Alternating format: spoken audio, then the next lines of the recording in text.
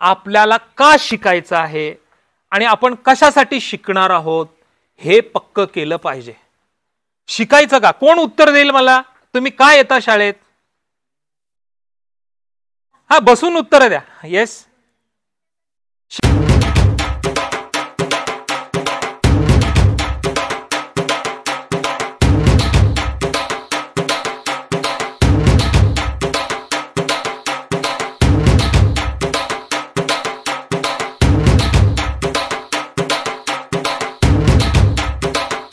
प्रशालेमध्ये जो गणेशोत्सव 2024 चालू आहे त्याचा आज व्याख्यानमालेचं 5वं पुष्प आहे।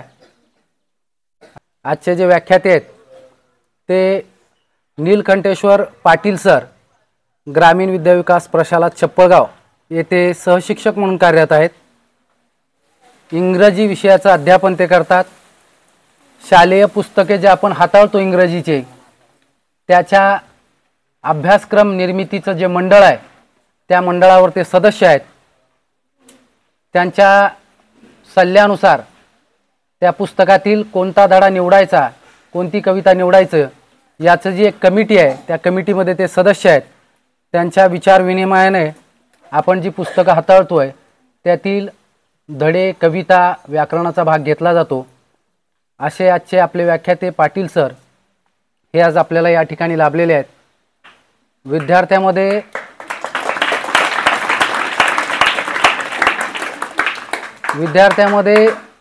रुजवायची नीतिमूल्य आणि विद्यार्थ्यावर असलेले संस्कार याविषयी ते आज आपल्याला या ठिकाणी बोलणार आहेत।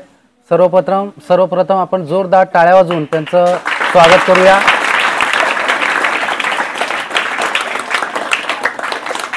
आगतम स्वागतम सुस्वागतम। आपल्या प्रशालेच्या वतीनं सर्वप्रथम पाटील सर यांचा या ठिकाणी सन्मान होईल। आपल्या प्रशालेचे मुख्याध्यापक सन्माननीय माने सर यांना मी विनंती करतो की त्यांनी पाटील सरांचा प्रशालेतर्फे या ठिकाणी सन्मान करावा।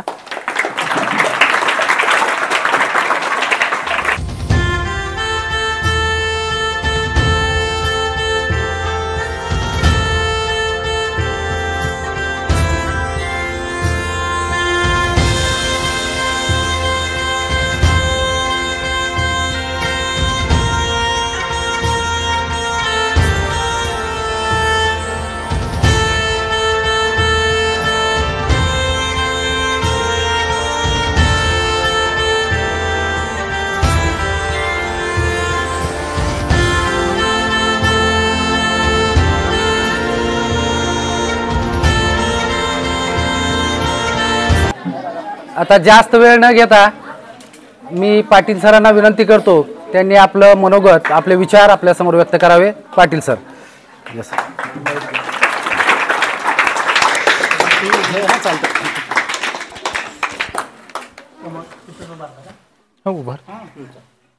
नमस्कार, मी दिसतोय सगळ्यांना? हो। गणरायाच्या आगमनाने आपण सगळेजण आनंदित आहोत। आनंदित आहोत की नाही? इथून पुढे गणराय किती दिवस राहणार आहेत? गणेश चतुर्दशीला गणराय येतात, अनंत चतुर्दशीला ते आपला निरोप घेतात, बरोबर आहे ना? अजून किती दिवस राहिले? 4 दिवस। 4 दिवसाच्या आत म्हणजे बरोबर तुम्ही मला मध्यामध्ये इथे बोलवलेलं आहे। या महोत्सवासाठी, या गणरायाच्या आगमनासाठी आपण सर्वजण वर्षाला आतुरतेने वाट पाहतो आणि नेमकं मीही शाळेत असताना असंच तुमच्यासारखा मी आतुरतेने वाट पाहायचो। का वाट पाहायचो तर ते आमच्या शाळेमध्ये सुद्धा माने सर जसं आता इथं गणेश व्याख्यानमाला ठेवलेले आहेत तसं माझ्याही शाळेमध्ये मी शाळेत असताना गणेश व्याख्यानमाला ठेवलं जायचं। मीही असंच पांढरा शर्ट, खाकी पॅन्ट घालून तुमच्यासारखा तिथे बसलेलो असायचो आणि कोणीतरी येऊन वेगवेगळे असे व्याख्याते, वक्ते सांगून जायचे। काही कळायचं नाही। आता मी नेमकं जे काही सांगणार आहे किंवा बोलणार आहे, तुमच्याशी चर्चा करणार आहे, त्याच्यातलं किती तुम्हाला कळेल, किती कळणार नाही हे मला माहिती नाही, पण मी तपासणार आहे बरं का, प्रश्न करणार आहे। चालेल ना तुम्हाला? माझं भाषण होण्यापेक्षा आपण दोघेही मिळून संभाषण करूया, ते चालेल ना?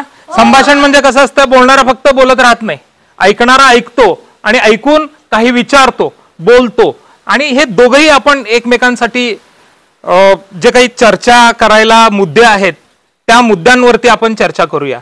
सर्वप्रथम या कुरनूरच्या मातीला, माने साहेबांच्या स्मृतीला विनम्र अभिवादन करतो की त्यांनी असं इथं एक डेरेदार असं छानसं असं एक शिक्षणाचं वृक्ष लावलेलं आहे, ज्याच्या सावलीखाली बसून आपण सगळेजण आज निमित्त तर हवा ना. आज जर शाळाच नसली असती तर मी इथं आलो असतो का?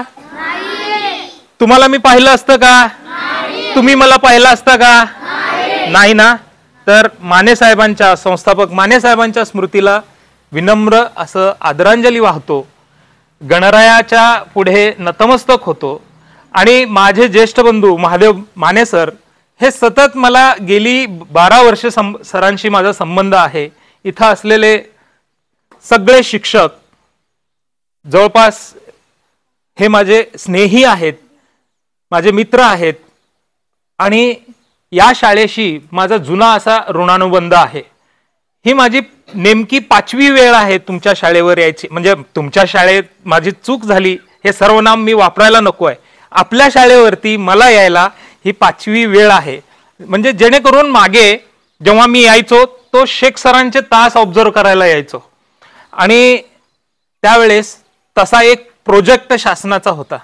आणि त्यानंतरही बऱ्याच वेळा मी सरांच्या, मला वाटतं 2 केंद्र संमेलनाला इथे मी आलेला आहे.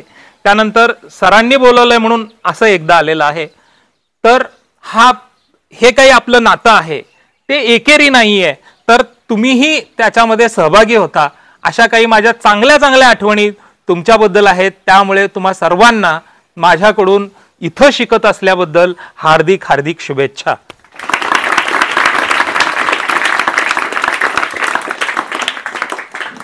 जे काही आपल्याला मिळालेलं आहे, जे काही मिळालेलं आहे, आता बसायला एक जमीन मिळालेली आहे, उभा राहायला मी सुद्धा जमिनीवर आहे, इथे एक झाड आहे, झाडांनी सावली दिलेली आहे, त्या प्रत्येक गोष्टीबद्दल आपण थँक्यू म्हणायला शिकलं पाहिजे. थँक्यू म्हणलं पाहिजे. दररोज उठून मी देवाला काहीही म्हणत नाही. मी दररोज उठतो, नमस्कार करतो, डोळे मिटलेले असं खाडकन उघडू शकतो. उघडू शकल्यानंतर मी पाहतो आजूबाजूला, बापरे, मी बेडमधून खाली उतरतो, म्हणतो आज सुद्धा माझे पाय नीट आहेत, हात नीट आहेत, माझे सगळे अवयव नीट आहेत. आणि ह्या निसर्गाची असीम अशी कृपा आहे. असीम कृपा म्हणजे काय की बाबा तुझं असं माझ्यावरती अशी एक विशेष अशी नजर आहे, विशेष अशी तू माझ्यावरती एक दयाळू झालेला आहेस की मी आज झोपलेला जागो झालेलो आहे, जागा होऊन मी उभा राहिलेलो आहे, उभा राहून मी चालू शकतो, हात हलवू शकतो. असे कितीतरी या जगामध्ये आहेत ज्यांना हातच नाही आहेत, ज्यांना पायच नाही आहेत, ज्यांना डोळेच नाही आहेत, ज्यांना कानच नाही आहेत. असे पण जन्म आहेत ज्यांना आपण दिव्यांग म्हणतो ना. बापरे, आपले सगळे अवयव जागेवर आहेत, आपल्या सगळ्या क्रिया नीट होतात, पंच ज्ञानेंद्रिये, पंच कर्मेंद्रिये जागेवर आहेत. म्हणजे आपण पाहू शकतो, आपण ऐकू शकतो, आपण बोलू शकतो, आपण ऐकलेलं समजून घेऊ शकतो, आपण चालू शकतो, धावू शकतो, पळू शकतो, वास आले की सांगू शकतो हा वास सुवास गुलाबाचा आहे. हे आत्ता कोणीतरी आपल्या शेजाऱ्यांनी आत्ताच फोडणी दिलेली आहे. बहुतेक त्यांच्या घरामध्ये तेलकट काहीतरी चाललेलं आहे हे नाकाने आपल्याला कळतं, आणि आपल्याही तोंडाला पाणी सुटते. कारण ज्या किचन मध्ये जे चाललेलं आहे ते डोळ्यासमोर येतं. आणि मुलींना चिंच म्हणलं की पटकन तोंडाला पाणी सुटते का नाही? कितीतरी मुलींना आता तोंडाला पाणी सुटलं आणि ते पटकन ओठ बंद करतायत. तर ह्या सगळ्या क्रिया माझ्या होत आहेत, ह्या सगळ्या गोष्टी माझ्या शरीरामध्ये अजूनही मजबूत आहेत आणि नीट चालतायत. तर याचा अर्थ काय माहितीये का तुम्हाला?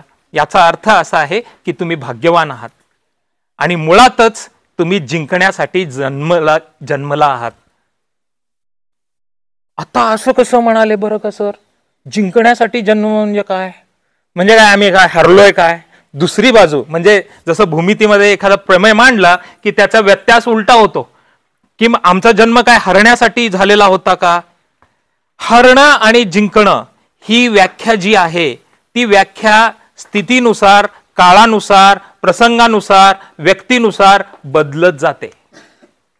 काही जण जिंकलेला डाव मुद्दाम हरतात. बघा, एक दोन उत्तम मैत्रिणी किंवा दोन उत्तम मित्र असू दे आणि ते एखादा खेळ खेळत असतील, तर मुद्दाम त्या मित्राच्या समाधानासाठी दुसरा मित्र हरतो किंवा मैत्रिणीच्या समाधानासाठी ती मैत्रीण हरते. याच्यामध्ये हरलेला नसतो. जे कोणी मित्र स्वतःहून हरतो किंवा जी कोणी मैत्रीण स्वतःहून हरते, ते दोघेही पराभूत नसतात. त्यांचं मन मोठं एवढं असतं की समोरच्या जिंकलेल्या माणसाचं समाधानी हास्य पाहण्यासाठी ते स्वतः हरतात. मग एक कवी एका ठिकाणी असं म्हणतो, एक कवी काय म्हणतो, मला माझा पराभव मान्य आहे, पण याचा अर्थ तू जिंकलास असा होत नाही. मला माझा पराभव मान्य आहे, याचा अर्थ तू जिंकलास असा होत नाही. डाव तुझ्या हाती दिला तरी जिंकता तुला येत नाही. सुंदर वाक्य आहे ना. कधी कधी हे डाव कोणाचे असतात? कधी नियती तुमच्या सोबत खेळते. नियती म्हणजे मला काहीच माहिती नव्हतं, अचानक झालं सर. मी 10वीच्या परीक्षेसाठी तयारी करत होतो, मी संपूर्ण माझे वर्षभर मी कष्ट केले आणि ऐन वेळेस मला मलेरिया झालं, ऐन वेळेस मला काहीतरी आजारी पडलो आणि मी नीट प्रश्नपत्रिका जे काही आहेत, ऍक्टिव्हिटी शीट, ते नीट वाचू शकलो नाही, ते सोडवू शकलो नाही. याला म्हणतात नियतीचे फासे. पण मी ज्या अर्थाने तुम्हाला पहिल्या मुद्द्यावरती नेतो, मी भाग्यवान म्हणालो की तुम्ही उठल्या उठल्या एक थँक्यू, एक बिग थँक्यू तुम्ही त्या निसर्गाला सतत म्हटलं पाहिजे. ज्या महान निसर्गाने तुम्हाला जन्म घातलाय, म्हणजे तुमच्याकडून कुठलं ना कुठलं काम ते निसर्ग करून घेणार म्हणजे घेणार आहे. कळालं? नंबर पॉइंट 1, तुम्ही जन्मलात, श्वास घेताय.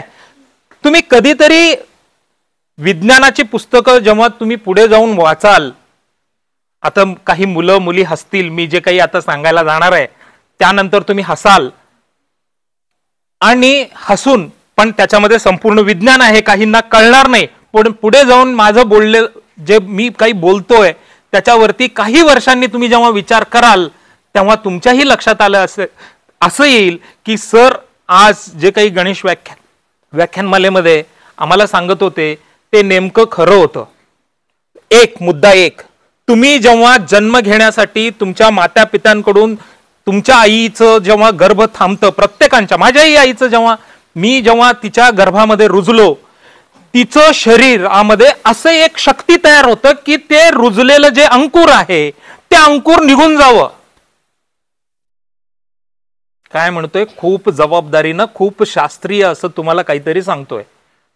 मी, तुम्ही सगळे आईच्या गर्भातून बाहेर आलो, आपण आभाळातून पडलेलो नाही. आपल्याला कोणीही कुठंही कोणीही कोळसा देऊन घेतलेला नाही. माझा रंग काळा होता आणि मला सतत सर बालपणी म्हणायचे, आम्ही सगळे पाटील लोक गोरे आहोत, तुला एकट्याला फक्त कोळसा देऊन घेतलंय बघ म्हणायचे. मग मी खूप नाराज व्हायचो, मी खूप रडायचो. मी म्हणायचो जा तुम्ही, मी तुमच्या घरातला नाहीये तर मी चाललो, मी जातो. मग जा म्हणायचे. जायचं कुठं? मग जायचं कुठं? जेवण कोण घालणार? भूक लागली तर जेवण कोण घालणार? ते विनोदाचा भाग सोडला तर कोणीही आभाळातून पडलेलं नाही. कोणीही भुस्सा देऊन, कोळसा देऊन कोणीही तुम्हाला घेतलेलं नाही.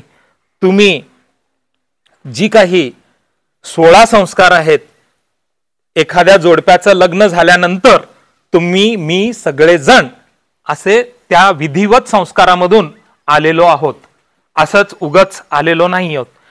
मुद्दा असा आहे, 3 महिने सतत एखाद्या स्त्रीचं शरीर, आपल्यामध्ये रुजलेलं जे अंकुर आहे, ज्याला भ्रूण म्हणतात, इंग्लिशमध्ये फिटस म्हणतात, त्याला बाहेर टाकण्याचं काम करते. तसे शक्ती तयार होते आणि त्या शक्ती विरुद्ध त्या स्त्रीच्या शरीरामध्ये अजून एक शक्ती असते. ती शक्ती त्याला ठेवण्यासाठी काम करत असते. ह्याच्यामध्ये ठेवण्यासाठीच्या शक्तीचा विजय झाला तर जे काही 9 महिने 9 दिवसांनी जन्मणार बाळ आहे ते बाळ या जगामध्ये येऊ शकतं. म्हणजे तुमचा माझा संघर्ष जेव्हा मी रुजलो, तुम्ही रुजलात, तेव्हापासूनचा आहे. मग संघर्षाला घाबरायचं बिलकुल नाही. जेव्हा आपण रुजू लागतो तेव्हापासून, आणि 2 जन्म होतात एखाद्या आईनं जन्म दिल्यावर. त्या मातेचा एक जन्म होतो आणि तुमचा माझा एक जन्म होतो. अशा सृष्टीनं, या नियतीनं एक मोठं असं काम तुमच्याकडून करून घेण्यासाठी हा तुमचा जन्म आहे. म्हणून माझ्या वाघांनो आणि माझ्या वाघिणींनो, तुम्ही फुकट जन्मला नाही आहेत. तुमच्या जन्मामागचा अर्थ तुम्हाला शोधायचा आहे. खूप मोठी गोष्ट सांगितलं सर, ऐकायला खूप बरी वाटते. अर्थ शोधायचा म्हणजे काय? काय नेमकं? शिक्षणामध्ये सगळ्यात पहिलं शाळेनी कुठलं आपल्याला द्यावं जर असं विचारलं तर मला काय वाटतं सतत, मी कोण? मी कोण? हे फक्त शरीर का? हे 6 फूट असं उंची, हे 2 हात, हे सगळं माझं दिसणं असणं म्हणजे मी आहे का? मग तसे तर सगळेच जण आहेत. मग मी कोण? याला इंग्लिशमध्ये म्हणतात नो दाय सेल्फ. स्वतःला शोधा, स्वचा शोध घेणे, स्वतःचा शोध घेणे. मग ते कसं घेऊ शकतो आपण? ते असं घेऊ शकतो की आपण ज्या परिसरामध्ये, ज्या वर्गामध्ये, जिथं राहतो, आपण ज्या मित्रमैत्रिणींसोबत शाळेला येतो, त्यांना आपल्याबद्दल काय वाटतं. ज्या घरामध्ये राहतो, आपल्या आई वडिलांना आपल्याबद्दल काय वाटतं? काहीतरी वाटतं ना आपल्या आईबद्दल. आईंना वाटतं, वडिलांना वाटतं. प्रत्येक घरामध्ये तुमच्याबद्दल एक लेबल चिटकवलेली आहे की नाही? फक्त मुली हो म्हणतायत. आमच्या मुलांना झोप आली आहे का? नाही ना? तुम्हाला काहीतरी एक नाव ठेवलेलं असतं ना घरात. Very good. आता म्हणजे मुलांचा आवाज हा मुलींच्या पेक्षाही वरचढ ठरतोय बरं का. मुली सावधान. आता तुम्हाला प्रश्न विचारल्यावर तुम्हाला उत्तरं खूप जोरात द्यायची आहेत. तर आपल्याला एक कुठलं तरी नाव ठेवलं जातं. एक बंट्या असतो, एक सोन्या असतो. बरोबर आहे का नाही? बंट्या लई आगाव आहे, सोन्या शाना आहे म्हणतात का नाही आई लोक? हा, ते शेजारचा परशा बघ किती अभ्यास करताय, काय 85% 90% काय तर मार्क मिळवलंय म्हण. असे आई लोक बोलतात का नाही? नाहीतर आपल्या मावशीचे, आपल्या मामाच्या मुला मुलींचे उदाहरण आपल्या समोर सांगतात. हा, ती बघ सोनी, हा 12वी पास झाली, हा, असे उदाहरण सांगतात.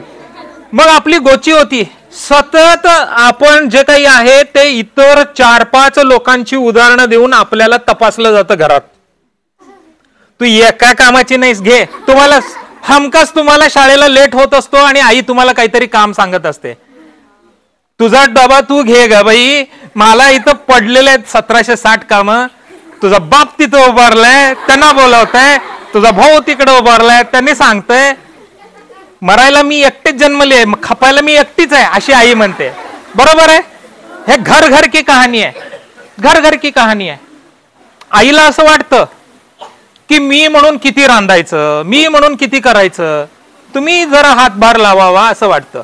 त्या अनुषंगाने तुम्हाला एक नाव ठेवते आई. ठेवते का नाही? आणि तुम्ही तर जवळपास आईच्या दृष्टीनं कोणत्याही कामाचे नसता. बरोबर आहे? मुलांना हो की नाही? दप्तर टाकलं, शाळा सुटली, दप्तर टाकलं, बाहेर हो. बरोबर आहे का नाही? मग कोणी नाही म्हणत नाहीये, म्हणजे सगळेजण बाहेर जाता पटकन. बॅग कुठं टाकलेली आहे ते बघायचं नाहीये, ते जागेवर नाही ठेवायचं आहे. म्हणजे उद्या सकाळी जेव्हा आई ग माझी बॅग कुठं ठेवली ग, बॅग आण, बॅग भर, सगळं आईनीच करायचं. बरोबर आहे का चूक आहे? मग मुलांनो, आता आपल्याला नीती मूल्य सगळे सांगणारे खूप जण आहेत. जसं आपण घरामध्ये राहतो, घर आपल्याला स्वच्छ हवं की नाही? समजा इथं बाहेर पडलेल्या कचऱ्यासारखं घरामध्ये कचरा दिसला तर तुम्ही पाऊल टाकणार का? नाही टाकणार. जसं आपलं घर स्वच्छ ठेवतो तसं आपली गल्ली, समोर दिसणारा जो रोड आहे, एक पाऊल घराच्या उंबरड्याच्या बाहेर पडल्यानंतर जे काही रस्ता दिसतो तो रस्ता स्वच्छ ठेवणं ही सुद्धा देशभक्ती आहे. हे सुद्धा एक संस्कार आहे. जेव्हा आपल्या गल्लीतलं एखादं वाहतं म्हणजे आपलं ग्रामपंचायत नळ दारोदारी नळ पोचवते आणि एक गल्लीमध्ये नळ असते, बरोबर आहे, आणि ते नळ जर चालू असेल तर ते नळ बंद करणं सुद्धा देशभक्ती आहे. देशभक्तीच्या मोठ्या गप्पा मारल्यानंतरच देशभक्ती करू शकतो असं नाहीये. जर एखादं लिहिलेलं आहे भिंतीवर आणि एखादा चांगला विचार आहे की वेगवेगळे साथीचे रोग येतात, ते साथीचे रोग कसे टाळायचे याच्याबद्दल भिंतीवरती काहीतरी लिहिलेलं असतं. महाराष्ट्र शासन आरोग्य विभागाकडून ते वेळोवेळी लिहिलं जातं. त्या लिहिलेल्यावरती माझ्याकडे काहीतरी खडू आहे आणि मी ते टाकलं, त्याच्यावरती रंग टाकलं, तर मी गावद्रोही आहे, मी आरोग्यद्रोही आहे, मी राष्ट्रद्रोही आहे. तो संदेश तसं जर कोणी वागलं तर जेणेकरून जे रोग येतात, साथीचे रोग, ते आपल्याला टाळता येतात. तसा संदेश एखाद्या एसटी मध्ये बसतो आपण नाही गप्प बसत, मुलं मुली, आणि मी तुमच्यासारखाच होतो. हाती काहीतरी लागलं, सहसा कर्कटक वगैरे, त्या डेस्कवरती असं माझं नाव लिहिणं, खर खर खर, आणि बसमध्ये जाता येता त्या शीटवर त्याचं स्पॉन्ज असायचा. आता सुद्धा स्पॉन्ज असतो, स्पंज खाली सीट, तो स्पंज मला सतत हवा असायचा. त्या काळी एसटीला हिरवे शीट असायचे, हिरवे शीटचे कव्हर, आणि काहीतरी आमच्या मित्रांकडे वगैरे ब्लेड असेल ना, त्या ब्लेडनं फाडून ते स्पंज काढायचा, आम्हाला लय आवडायचं. हे करणं चुकीचं आहे. प्रगत राष्ट्र हे प्रगत का आहेत? जे काही लोकांच्या सेवेसाठीच्या ज्या काही गोष्टी आहेत, नळ म्हणा, बस म्हणा, रेल्वे म्हणा, हे ते नीट ठेवतात आणि अधिक चांगलं करण्याचा प्रयत्न करतात. आपल्याकडे म्हणजे काय, सरकारचं आहे ना, माझ्या बापाचं आहे ना तुझ्या बापाचं आहे. नळावरचे भांडणं बघा, नळावरचं भांडण कधी कधी ना डेंजर असतात. हा, महिला मंडळी सुद्धा लय भांडतात बाबा, लय. आणि शिव्यांचं विद्यापीठ जर कोणी पाहायचं असेल तर नळावरच्या भांडणावर जायचं. आपोआप त्या साईडनं या साईडनं अगदी तिसरं महायुद्ध चाललं की काय असं वाटतंय. आणि हे बापरे, इकडून एक आलं शिवी तर इकडून एक जोरात शिवी येते, आणि ते ऐकण्यासारख्या नसतात. पण बहुतेक वेळा मग त्याच्यामधनं एखादा पुरुष मंडळी येतो, तुमचं दोघाचं बी नका, मी धोंडा टाकतो त्या नळावर म्हणून येतो, आणि बाबा तो असं नळावरती धोंडे टाकतात, नळ मोडतं. ते नळ सरकारचं आहे असं आपल्याला वाटतं, पण सरकार मी आणि तुम्ही आणि आपण सगळेजण मिळून तयार होतो. सरकार हे अदृश्य असा आभाळातून पडत नसतं. सरकार म्हणजेच काय, सरकार म्हणजे लोकांनी निवडून दिलेले आपल्यापैकीच काही लोक जे आपली व्यवस्था चालवतात, त्यांना आपण सरकार म्हणतो, जे बहुमतात असतात. मग ते दुरुस्त करायला सुद्धा माझ्याकडून तुमच्याकडूनच पैसे घेतात, कळत पण नाही आपले पैसे कसे गेले. मग ते तोडायचंच का म्हणतो मी. जर आपल्याकडूनच त्याची भरपाई होत असेल, रागाच्या पोटी तोडायचंच का.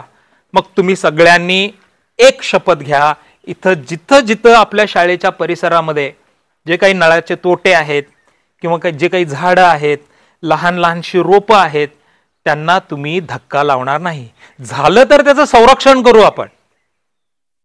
त्यांना कुठेही धक्का न लागता जर तुम्ही जगलात तर त्यालाही मी म्हणतो एक नीतिमूल्य आहे. ही सुद्धा एक देशसेवा आहे. ज्या एसटी बसमध्ये आपण प्रवास करतो त्याच्या शीटना न फाडता नीट आपण राहिलो, बसमध्ये चढताना नीट गेलो, उतरताना नीट उतरलो, तर ही सुद्धा एक देशसेवा आहे. जेणेकरून जे ज्येष्ठ नागरिक आहेत त्यांना आपण गर्दीमध्ये असं धक्का मारून त्यांना काहीतरी जीवाला बरं वाईट होईल असं आपण वागतो, अनेक वेळा वागतो. आणि जी काही ऊर्जा असते ना, ती तुमच्यासारख्या बालकांमध्ये आणि युवकांमध्ये असते. तुम्हीच उद्याचे हे जे काही संस्कार आहेत तुमच्यामध्ये असलेले, हे संस्कार पुढे नेणारे आहात. आणि जर काय वाटत असेल आपल्याला भारत बलवान करायचा आहे, तर प्रत्येक वाडी वस्तीमध्ये, प्रत्येक कानाकोपऱ्यामध्ये असलेले जे काही तुम्ही शिकणारे मुलं आणि मुली आहात, त्यांनी आपल्याला का शिकायचं आहे आणि आपण कशासाठी शिकणार आहोत हे पक्क केलं पाहिजे. शिकायचं का? कोण उत्तर देईल मला? तुम्ही का येता शाळेत? हा, बसून उत्तर द्या. येस, शिकण्यासाठी. शिकण्यासाठी म्हणजे नेमकं काय शिकता तुम्ही? ज्ञान. ज्ञान म्हणजे काय? हा, म्हणजे सत्य म्हणजे काय, असत्य म्हणजे काय? तेच खरं बोलणे म्हणजे काय? चांगला मुद्दा मिळाला, चांगला मुद्दा मिळाला. हा, बोला.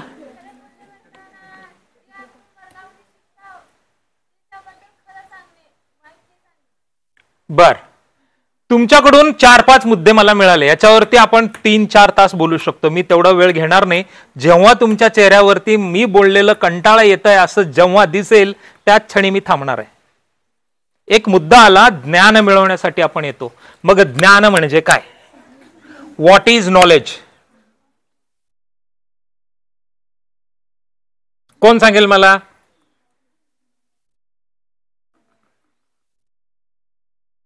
मी सोपं सोपं करून सांगू तुम्हाला?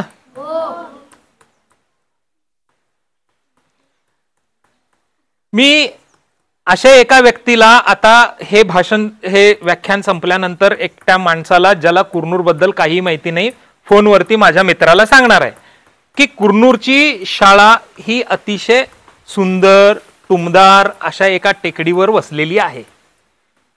मी काय म्हणणार आहे माझ्या मित्राला? कुरनूरची शाळा सुंदर, टुमदार अशा एका टेकडीवर वसलेली आहे, असं मी त्याला फोनवर सांगणार आहे. तो ऐकतो. ते ऐकणं म्हणजे त्याला माहिती. काय म्हणतात त्याला? इन्फॉर्मेशन म्हणतात त्याला. काय म्हणतात? एक पॉइंट झाला. हा एक मुद्दा. मग इन्फॉर्मेशन आणि नॉलेज मध्ये काय फरक आहे? जेव्हा तो माझा मित्र इथं प्रत्यक्षात कुरनूरला येईल, खरंच मी सांगितलेली माहिती त्याला वाटली, तो पाहिल, खरंच सुंदर, माझ्या मित्राने सांगितलेल्यासारखंच इथं सुंदर आहे, टुमदार आहे आणि खूप चांगले मुलं मुली आहेत इथं शिकणारे, असं जेव्हा तो म्हणेल, त्याला जाणीव होईल.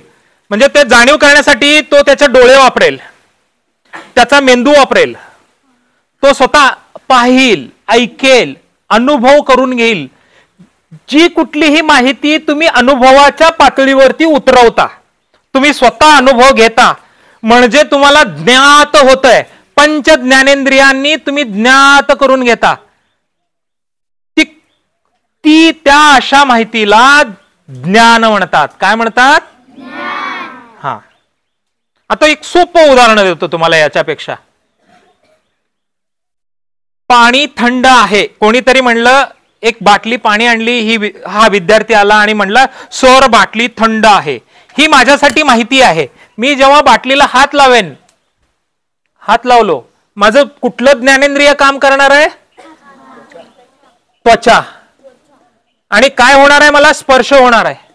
स्पर्शाने काय जाणीव होणार आहे? त्याच्यातलं तापमान किती आहे हे मला लक्षात येणार आहे. थंड आहे, गरम आहे, मध्यम आहे, काय आहे ते, जे काही आहे ते जेव्हा मला कळेल, हे ज्ञान झालं. खरंच त्यानं सांगितल्यासारखं थंड असेल, बरोबर आहे तुझं, थंड आहे, हे ज्ञान झालं. मला काय झालं? अगोदर माहिती होती, मी जेव्हा हात लावलं ते ज्ञान झालं. आणि तो म्हणतोय, सर लाईट चालू असताना फ्रीज मध्ये नेऊन फ्रीजरच्या कप्प्यामध्ये ही बाटली मी ठेवली, तर सर तासाभरानं बर्फ होता बघा. घड्या लईच भारी की, पाण्याची बाटली फ्रीज मध्ये लाईट चालू असताना ते नेऊन अर्धा तासानं बर्फ होत आहे.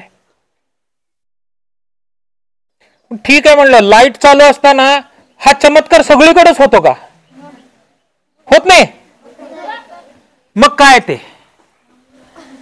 पाणी बर्फ होणे काय आहे? घटना आहे. चला आपण त्या घटनेच्या मागे जाऊया. कसली घटना आहे? जेव्हा जेव्हा जेव्हा तापमान 0°C जाईल तेव्हा तेव्हा पाणी ही गोठेल. बरोबर आहे? 0°C त्याच पाण्याला आपण गॅसच्या शेगडीवरती चढवलं आणि गॅस ऑन केला आणि भरलेली सिलेंडरची टाकी, बरं का, न भरलेली नाही, गॅस ऑन केला आणि आपण उकळवलं, 100°C पाणी उकळेल. उकळेल की नाही? आणि समजा हे कुरनूर मध्ये करायचं ठरवलं, कुरनूरच्या या वर्गाच्या खोलीमध्ये करायचं ठरवलं, तिथं पण तेच होईल का नाही? आणि समजा मी अक्कलकोटला नेऊन करायचं ठरवलं तेव्हा पण हेच होईल का नाही? समजा मी जिथे राहतो चप्पळगाव मध्ये करायचं ठरवलं तेव्हा सुद्धा हेच होईल. पाणी उकळेल. फ्रीज मध्ये नेऊन ठेवलं चालू म्हणजे करंट असताना, ते फ्रीज मध्ये, ते फ्रीजर मध्ये ठेवल्यावर पाणी थंड होईल, बर्फ होईल. आता इथे येतं विज्ञान. काय येतं? असं कुठलंही ज्ञान जे प्रयोगानेशी सिद्ध करता येते त्याला विज्ञान म्हणतात. काय म्हणतात? अगदी साधं सोपं तुम्हाला सांगितलं. आता जेव्हा पाणी उकळवलं, जेम्स वॅट नावाचा एक माणूस होता, असं पाण्याचं पातेलं होतं, पाणी खालून वरती एक झाकण होतं, ते झाकण उडू का लागलंय, काय शक्ती आहे, का उडतंय हे, आणि एक स्टेज असं की झाकण खाली पडलं, ते वाफेनं खाली पडलं. मग त्याला डोक्यात आलं की या वाफेमध्ये शक्ती आहे, त्या शक्तीचा वापर करून आपण एखादं इंजिन पण चालवू शकतो. मग त्यानं वाफेवरती चालणारं, बाष्पावरती चालणारं, बाष्प म्हणजे पाण्याची वाफ, वाफेवरती चालणारं इंजिन चालू केलं, इंजिनचा शोध लावला.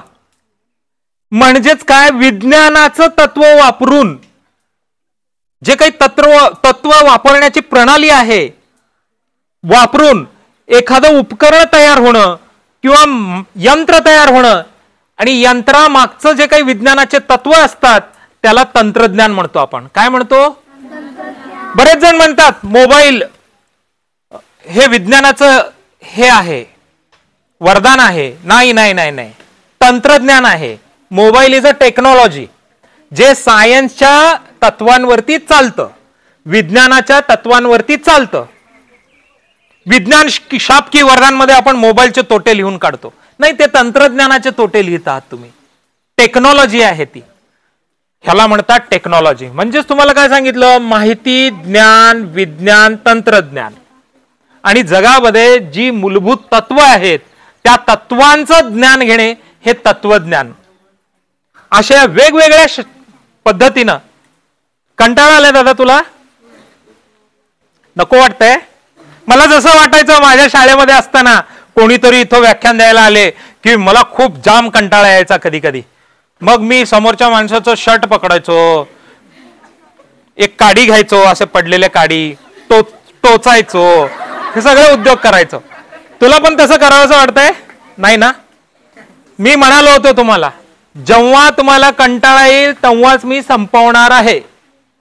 कंटाळलेले नाही आहात ना तुम्ही? मग तत्वज्ञान कळालं, तंत्रज्ञान कळालं, ज्ञान कळालं, माहिती कळाली. अख्खं जग ह्या पंच दृष्टिकोनातून बांधलं गेलेलं आहे, या 5 सेक्शन मध्ये विभागलं गेलेलं आहे. कुठे ना कुठे तुम्ही जेव्हा म्हणता, आताच एका माझ्या मित्रांनी सांगितलं, सत्य आणि असत्य. जे काही 100% सत्य असतं ते विज्ञानावर आधारित असतं. मला वाटतंय म्हणून सत्य ही खोटी गोष्ट आहे. कारण माणसासारखा लबाड केवळ माणूसच आहे. आपण आपल्या सोयीनं सांगतो तेच सत्य. आईच्यान मी नाही बाबा, असं आपण करतो. आईची शपथ घेतो, प्रसंगी बापाची घेतो, प्रसंगी गुरूंची घेतो, सगळ्यांची घेतो, कारण आपल्याला काही फरक पडत नाही. आणि जे वारंवार शब्द घेऊन बोलत असतात ना, तुमची मैत्रीण असेल, तुमचे मित्र असतील, 100% समजून घ्यायचं, पक्का 100% सबसिडी बोलत आहेत. सबसिडी म्हणजे खोटं बोलतायत. कळालं? तर मित्रांनो, मुद्दा क्रमांक 1 आहे एवढं सांगण्यामध्ये, स्वतःचा शोध. त्यानंतर मी का जन्मलो याचा शोध. हे 2 शोध लावले ना तुमच्यासारखा माणूस दुसरा नाही. तुम्ही इतके महान होऊन जाल की जन्माचं कारण आणि जगण्याचं कारण हे कारण दोन जेव्हा सापडतात तेव्हा आपल्या जगण्याला कारण भेटतं. आता जैविक जन्म झालेला आहे. You are all biologically have taken birth in this beautiful world, but you don't know why to live, how to live. Why to live, का जगायचं आणि कसं जगायचं हे दुसरे सांगू शकणार नाहीत. ते तुम्हीच शोधायचं आहे. काय करायचंय? तुम्हीच शोधायचं आहे. शाळेमध्ये आल्यानंतर आपण शोधक व्हायचं आहे. सगळेजण सांगतायत म्हणून विश्वास नाही ठेवायचा. आपल्याला जे दिसतं, डोळे, त्यांचा वापर करायचा आहे. कान, आपलं त्वचा स्पर्श, एखादं कापड खूप मुलायम आहे ते मी हात लावल्याशिवाय सांगणार नाही. मी जेव्हा हात लावतो, हा मी म्हणेन सत्य आहे तुझं वचन. मऊ आहे म्हणलं ना, मी हात लावून बघतो. गरम आहे म्हणलं ना, खूप गरम असेल तर दिसतं, वाफ येत असतात. थोडसच गरम आहे म्हणलं तर मी हात लावून, सहज हात लावून बघतो. आणि हात लावताना जर मी 3 सेकंदाच्या आत ते हात काढलं तर ते मला पोळणार सुद्धा नाही. जे कोणी, आता मी देवधर्मामध्ये जर शिरलो तर त्याच्यातून बाहेर पडणं अवघड आहे. तर मी तुम्हाला एवढंच सांगतो, काही जण विस्तवावरती चालतात, विज्ञान आहे त्याच्यामध्ये. ते विस्तवावरती आपले पाय 3 सेकंदाच्या आत उचलत असतात म्हणून त्यांना पोळत नसतं. आणि 3 सेकंदाच्या पेक्षाही जास्त जर ठेवले तर तिथं ते त्वचेला पोळणार आणि तिथं फोडी येणार. हे बापरे, देव आहे देव, असं एवढं निखारे होते, असं पळत गेला, काय पण झालं नाही. आपण चमत्काराला नमस्कार करतो. आपण कधी गणपती दूध पिला तिथे मुंबईमध्ये एका ठिकाणी मागे, असं 15-20 वर्षा अगोदर, मनोहर जोशींच्या काळांमध्ये, आणि आम्ही सुद्धा सगळे गणपतीला दूध देऊ लागलो. त्याच्यामध्ये विज्ञानाचं तत्व होतं. खडू, इकडे पाणी टाका, त्याच्यामध्ये खडू असं लोळवा, सगळं पाणी गायब होईल. तुम्ही म्हणाल हे चमत्कार आहे का, खडूला नमस्कार कराल का? मग हो, एवढं पाणी गायब केलं. साधं सोपं आहे. खडूनं ते पाणी शोषून घेतलं. खडूची घनता अशी आहे की ते पाण्याला सामावून घेऊ शकतं. तिथं ते जे काही गणपती होते त्यांनी दूध शोषून घेतलं आणि आपल्याला वाटला गणपती दूध पिला. अशा पुरोगामी महाराष्ट्रामध्ये सुद्धा अशा भाकड कथा मला तुम्हाला ऐकवणारे लोक आहेत, चमत्कार करणारे लोक आहेत. तेव्हा दररोजच्या दैनंदिन व्यवहारांकडे विज्ञानाचा चष्मा घालून आपण पाहायला पाहिजे. जेव्हा तुम्ही विज्ञानाचा चष्मा घालाल तेव्हा तुम्ही कुठलंही अंधश्रद्धा न बाळगता तुम्ही त्या गोष्टीकडे सरळ भिडाल. आणि दादा आत्ताच सत्य असत्य बोलला ना, तो दादा, माझा दादा, हा दादा, तर ह्याच्यातून सत्य असत्याचा प्रवास सुरू होतो. संपूर्ण विज्ञान हे सत्य आहे आणि बाकीचं काय जे गोलमाल गोलमाल गोलमाल आहे बघ, ते सगळं असत्य आहे, बिलकुल साफ झूट आहे. तर विज्ञानाचा चष्मा जेव्हा तुम्ही घालाल, स्वतःकडे सुद्धा विज्ञानाच्या दृष्टिकोनातून पाहाल आणि समोरच्यालाही तुम्ही विज्ञानाच्या दृष्टिकोनातून पाहाल, तेव्हा तुम्ही कुठेतरी आपल्या जगण्याची कारणं शोधाल. आणि या सृष्टीमध्ये, या अवतीभोवती काय घडत आहे, कशासाठी घडत आहे, याची कारणं तुम्ही शोधाल. आणि प्रत्येकाने या जगामध्ये ज्यांनी ज्यांनी श्वास घेतलेला आहे, ज्यांनी ज्यांनी जन्म घेतलेला आहे, त्यांना एक असं खास कारण आहे. ते कारण फक्त त्यांनाच माहिती आहे. प्रॉब्लेम इथं येतो, त्यांनी स्वतः ते शोधलं पाहिजे, माझा जन्म कशासाठी झालेला आहे. मग त्याच्यासाठी एक सोपी टेस्ट आहे. तुम्ही सिनेमा पाहता का नाही? सगळे टीव्ही सिरियल पाहता का नाही? सासू सुनेचे भांडणं पाहता का नाही? ते मेलेली परत जिवंत होते का नाही? सगळं भयानक आहे, भयानक आहे, बरोबर आहे का नाही? तुम्ही पण पाहता का नाही? तसले नाही पाहत. हा, साऊथ इंडियनचे ते सिनेमा पाहतात डब केलेले, बरोबर आहे ना? अगर तुम हट नहीं जाओगे तो तुम्हारा सत्यानाश होगा, असले डायलॉग असतात याने.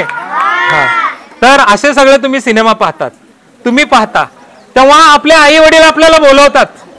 आपलं ताट लावलेलं असतं, समोर ताट लावलेलं असतं, गरम जेवण वाढलेलं असतं, तुम्ही टीव्ही पाहत आहात.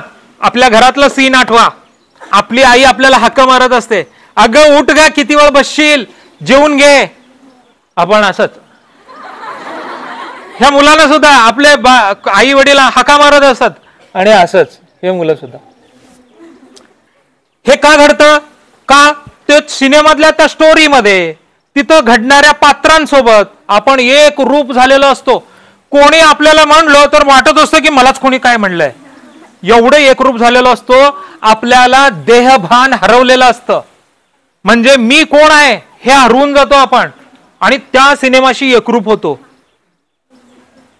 तेव्हा जसं होतं ना, तसं कुठलं काम करत असताना, मी काय म्हणतोय खूप जबाबदारीनं म्हणतोय, असं कोणतंही म्हणजे चित्र काढत असताना, किंवा तुम्ही माती काम करू लागलात, बगीचा काम करू लागलात, किंवा संगीताचा एखादा क्लास लावलात आणि तुम्ही स्वतःला हरवता, किंवा इंग्रजीचा एखादा अभ्यास करताना तुम्हाला कोणी हाका मारलेलंच कळत नाही, असं जिथं जिथं होतं, ज्या विषयावेळेस ज्या घटनेवेळेस असं तुम्हाला होत असतं, तेच तुमचं शक्तिस्थान आहे.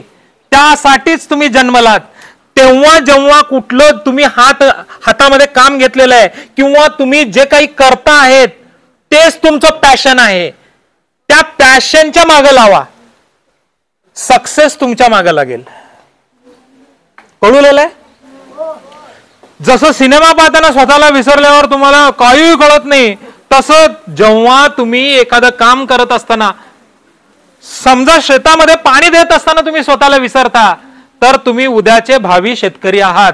आणि मला नाही लाज वाटणार नागनाथ विकास प्रशालेमधून जर कोणी तुम्ही शेतकरी झाल्याबद्दल कोणी तुम्हाला नाव ठेवलेलं असेल तर. जे काही होता हमाल व्हा, पण एक नंबरचा हमाल व्हा. हमाल होणं चुकीचं नाही, ड्रायव्हर व्हा, कंडक्टर पासून कलेक्टर व्हा, जे काही व्हायचं आहे ना. समाजाला वेगवेगळ्या लोकांची गरज आहे, सगळ्यांनी इंजिनियर डॉक्टर व्हावं असं कुठंच लिहिलेलं नाही. त्यासाठी अट्टहास करायचं नाही. आपल्या सोबत, आपल्या भारतीय समाजासोबत हे चुकीचं घडतं. जे आई वडिलांकडून करायचं राहून गेलेलं आहे ते आपल्याकडून ते अपेक्षा करतात. आपले बाबा म्हणतात नाही नाही काय प्रॉब्लेम नाही, काय सांगायचंय मला सांगू शकतोस दादा, काय बोलण्यासारखं आहे नाही ना. आपले बाबा आपल्याला काय म्हणतात, मी तुझ्या आज्याचं ऐकलं नाही म्हणून माझी परिस्थिती अशी आहे. आता तू माझं ऐकायचंय का नाही ठरव. प्रश्न मला असा येतो, तू आज्याचं ऐकलं असता तर तू मला हे सांगितलंच नसता.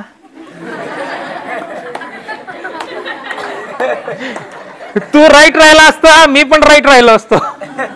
प्रश्न असा येतो, आपल्या बापाने आपल्याला उत्तर दिलेलं असतं, मी माझ्या बापाचं ऐकलो नाही, तू माझं ऐकू नकोस. गंमत अशी घडते की तेच सांगतात आपले आई बाबा आपल्याला असं सांगतात, आमच्याकडनं तर आता आम्ही आलो, आम्ही किती दिवसाचे, सगळं तुमचं आहे, तुम्हाला नीट राहावं लागेल, खूप अभ्यास करावा लागेल. खूप सोपं आहे हो, सगळेजणच सांगतात. आम्ही शिक्षक लोक पण सांगतो, पालक आल्यावर जरा अभ्यास करून घ्या बरं का. प्रथम सत्राला खूप छान होता, द्वितीय सत्रामध्ये अभ्यास नाही राहिला, जरा लक्ष द्या. हे जनरली सांगतो आपण. अभ्यासामध्ये नेमकं काय करायचं हे कधी कोणी सांगत नाही. प्रॉब्लेम इथं आहे. तुम्ही मला अभ्यास करा म्हणता ना, मग नेमकं मी काय करू सांगा, कसं करू सांगा, वाचून काढू म्हणून काढू. आता अभ्यासाचे तंत्र मंत्र वेगवेगळे होत आलेले आहेत. घोकायचं आणि ओकायचं नाहीये, रोट लर्निंग म्हणतात. घोकून ओकणं याला काही अर्थ नाही. ते समजून घ्या आणि वापरा आयुष्यामध्ये. म्हणजे त्याचे जे काही ऍप्लिकेशन व्हॅल्यू आहे, उपयोजनात्मक मूल्य आहे त्या ज्ञानाचं, ते पहा. तुम्हाला योग्य वाटलं तुम्ही घ्या. आणि सगळे विषय, जेवढे काही विषय असतात त्या सगळ्याच विषयांमध्ये तुम्ही एक्सपर्ट असणं गरजेचं नाहीये. मार्कांसाठी म्हणालात, पाठ करून सुद्धा मार्क मिळवता येतात. चौथीला मलाही 29चा पाढा येत होता. आज विचारलं तर काही डोंबलं येत नाही मला. चौथीपर्यंत परफेक्ट होतं सर, आज येत नाही मला. त्यामुळं माझं काय घोडं अडलं का? नाही अडलं. तुमचंही घोडं अडणार आहे का एखादं सूत्रपाठ नसेल तर? Into bracket a plus B is equal to a square plus 2ab plus B square, हे मला नाही आलं, काही फरक पडत नाही. Nothing will change. पण 29चा पाढा मला 30च्या पाढ्याच्या आधारे मला कमी जास्त करता येत नसेल तर खूप फरक पडतो. म्हणजे कौशल्य शिकायचं आहे आता आपल्याला. या भारतामध्ये बुद्धिवंत, ज्ञानवंत, नीतिवंत खूप होऊन गेले. खूप जण खूप काही सांगून गेलेले आहेत. नव्यानं याच्यामध्ये भर टाकण्याची काही अजिबात गरज नाही. आता जे काही आहे ते प्रत्यक्षात आणण्याची गरज आहे. त्यासाठी तुमच्या त्या कार्याला माझ्या शुभेच्छा. इथं बसलेल्या सगळ्या गुरुजनांना विनम्र असं अभिवादन करू. तुम्ही करत असलेलं काम खूप खूप महत्वाचं आहे.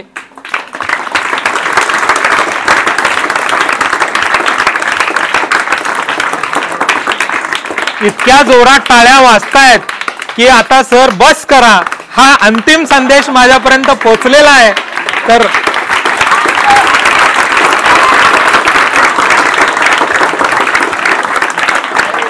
मी माने सरांना आणि आमच्या स्नेहींना इथं बोलवल्याबद्दल मी मनापासून धन्यवाद देतो आणि तुम्हा सगळ्यांना शिकण्यासाठी खूप खूप आभाळभर शुभेच्छा देतो. आणि तुम्ही पुढे जाऊन मलाही माझ्या त्या नियतीनं इतकं आयुष्य द्यावं की तुमची नावं जसं ज्ञानेश्वर पाटलांची नावं पेपरमध्ये झळकली तशी उद्याचे ज्ञानेश्वर पाटील आणि ज्ञानेश्वरी तुम्ही घडावं अशा गणेश चरणी शुभेच्छा व्यक्त करून मी इथे माझ्या वाणीला विराम देतो. धन्यवाद. नमस्कार.